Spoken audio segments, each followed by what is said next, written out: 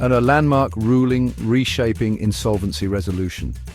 The Indian Supreme Court delivered a significant judgment impacting insolvency proceedings and creditors' rights. The court ruled that arbitral awards for claims not included in an IBC resolution plan cannot be enforced. This ruling has profound implications for creditors seeking dues outside the resolution process. It underscores the IBC's objective to revive distressed companies and provide a comprehensive resolution mechanism. This decision clarifies the interplay between the IBC and arbitration. It emphasizes that IBC aims for the resolution of insolvency and maximizes asset value for stakeholders. It is not merely a tool for individual debt collection. The Supreme Court's stance reinforces the sanctity and finality of resolution plans approved under the IBC. This ruling safeguards the integrity of the resolution process and prevents attempts to circumvent it. This landmark judgment calls for a closer examination of the IBC framework and its alignment with alternative dispute resolution mechanisms like arbitration. IBC's core objective: revival over debt recovery. The Insolvency and Bankruptcy Code, IBC of India, introduced in 2016, marked a paradigm shift in the country's insolvency laws. The IBC aims to provide a time-bound, efficient process for resolving insolvency and corporate debtors. Its core objective is not simply debt collection, but the rehabilitation and revival of distressed companies. This approach recognizes that liquidating a company should be a last resort. Reviving a struggling company benefits not just the company itself, but also preserves jobs, safeguards investments, and contributes to the overall economy.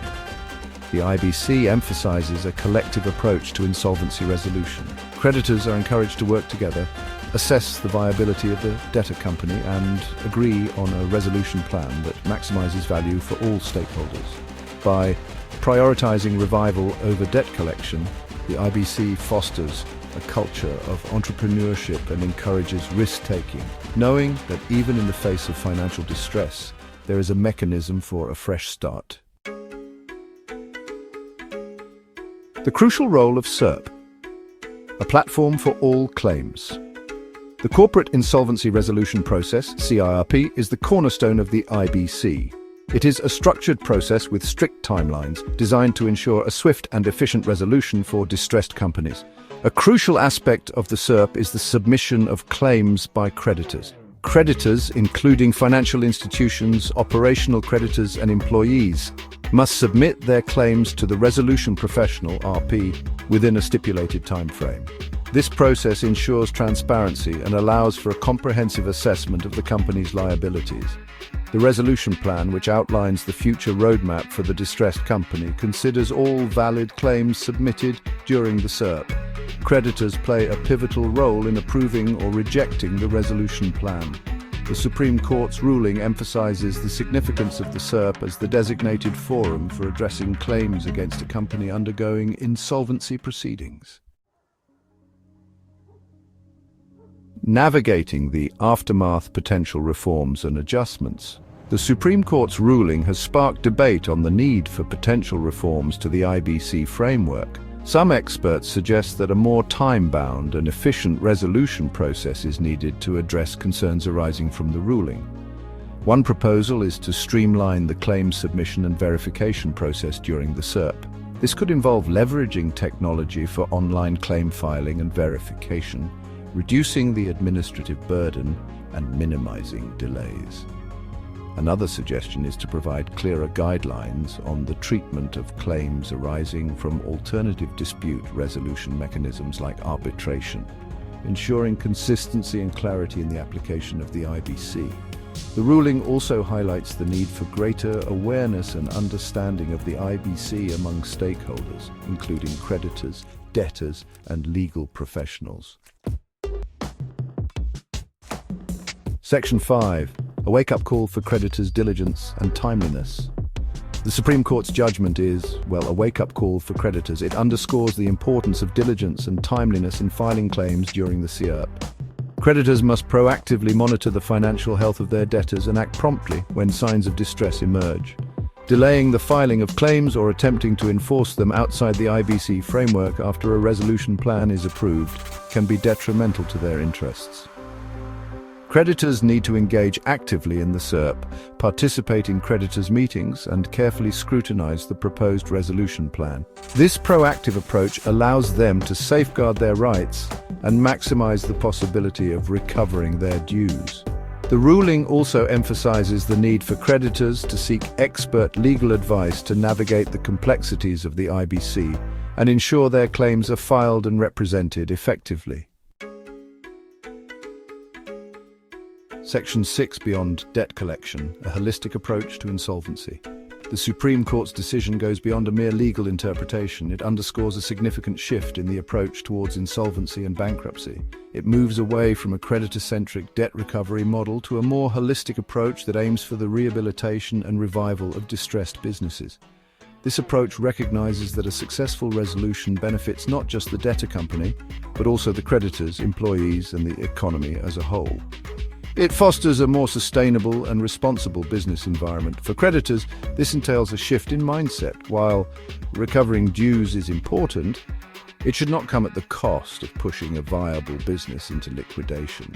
Creditors need to be open to exploring alternative solutions like debt restructuring, haircuts, or even taking a stake in the revived company.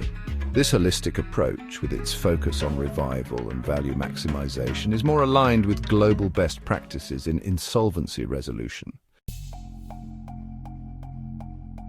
Section 7.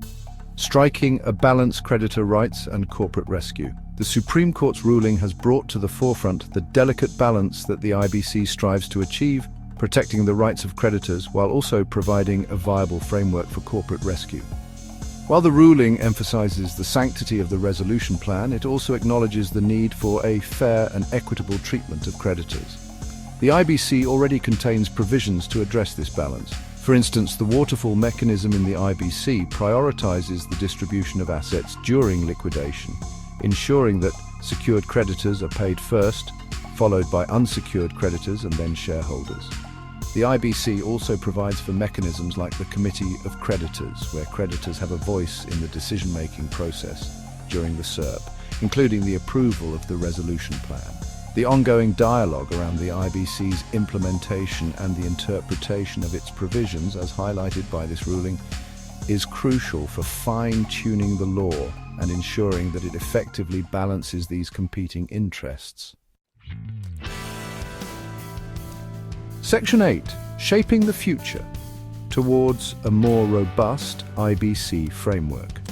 The Supreme Court's judgment serves as a catalyst for shaping the future of insolvency law in India. It emphasizes the need for continuous review and refinement of the IBC to ensure its effectiveness and relevance in a dynamic business environment. As the IBC matures, it is essential to address any ambiguities or inconsistencies in its interpretation and application. This requires ongoing dialogue and collaboration between the judiciary, policymakers, legal professionals, and industry stakeholders.